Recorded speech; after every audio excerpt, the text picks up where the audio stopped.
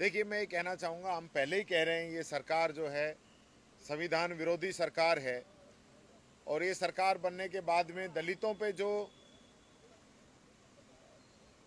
लगातार जो घटनाएं हो रही हैं वो रुकने का नाम नहीं ले रही हैं।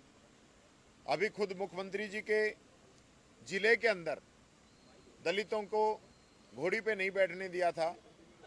और आज हालत ये है, सलुम्बुर की जो घटना है, ऐसा राज सरेआम जिस प्रकार से एक दलित शिक्षक को तलवार से काट दिया गया, घर में घुस के काट दिया गया, वहाँ की जो वीडियो और फोटोज आ रही हैं उनको देख के ही दिल दहल जाता है। ऐसी स्थिति प्रदेश के अंदर बन रही है। कहीं नजर नहीं आ रहा कि सरकार दलितों के लिए कोई एक्शन प्लान तैयार कर रही है। दलितों को लगातार मारा जा रहा है, उनकी बच्चियों के साथ, महिलाओं के साथ रोजाना बलात्कार की घटनाएं सामने आ रही हैं, लेकिन सरकार सो रही है।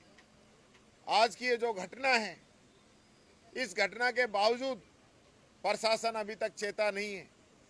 कल से लेकर आज तक परिवार की कोई मदद नहीं की गई।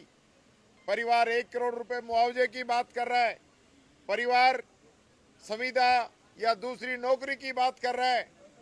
परिवार चाहता है कि उनको आर्म्स के लाइसेंस दिए जाएं। और मैं एक डिमांड और रखूंगा कि पूरे प्रदेश के अंदर जहां कहीं भी हमारे दलित समाज के लोगों ने आर्म्स लाइसेंस के लिए अप्लाई किया है, जिनको धमकियां दी गई हैं, उनको लाइसेंस सरकार की तरफ से दिया जाना चाहिए ताकि वो अपनी सुरक्षा कर सकें। आज कानून व्यवस्था जीरो है, कोई सुनने वाला नहीं है। सुबह से लेकर अब तक वहां सैकड़ों हजारों लोग प्रदर्शन कर रहे हैं। दिल्ली के अंदर आवाज उठाना चाहते हैं हमारे सांसद, तो उनको वहां बोलने नहीं दिया जा रहा है। ये हालत वहां पे है। खुद मैंने स्वयं सुबह, माननीय मुख्यमंत्री जी आज पहली बार सदन के अंदर चर्चा के दौरान आए, मैंने उनके सामने भी इस बात को सुबह उठाया था, उनकी नॉलेज में लेके आया था किस प्रकार की घटना घटी है रात को, आप उस पर तुरंत कार्रवाई कीजिए। लेकिन ये गूंगी बहरी सरकार दलितों के पक्ष में सोचती नहीं है, दलित इनको दिखते नहीं है, ये नहीं चाहते कि दलितों की रक्षा की जाए।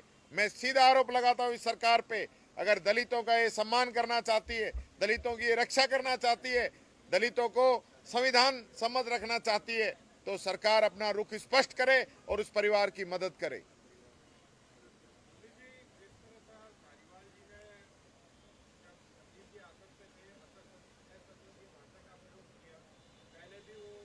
मैंने सुना नहीं, मैंने सुना नहीं।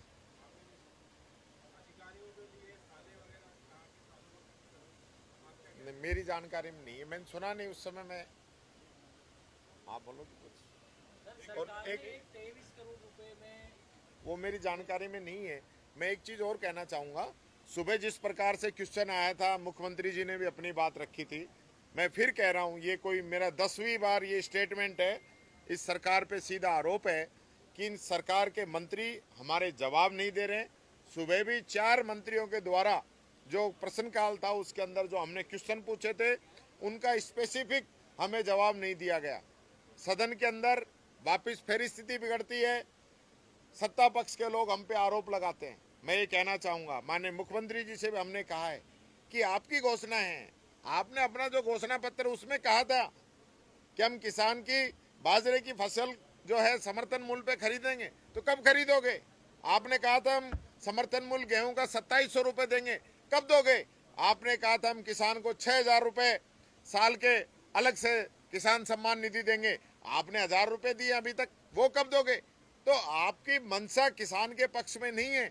आप किसान को समर्थन मूल्य नहीं दे रहे, आप किसान की फसल नहीं खरीद रहे, आप किसान को सम्मान निधि नहीं दे रहे, आप किसान को बिजली नहीं दे रहे, आप किसान को पानी नहीं दे रहे, तो आप किसान की मदद कहां से कर रहे हो? न आप किसान का कर्जा माफ कर रहे हो, जो मोदी जी की घोषणा थी, हमने कर्जा माफ किया 72,000 करोड़ रुपए का। हमारी देश के अंदर जब सरकार थी, मनमोहन सिंह जी प्रधानमंत्री थे, उस समय हम लोगों ने माफ किया।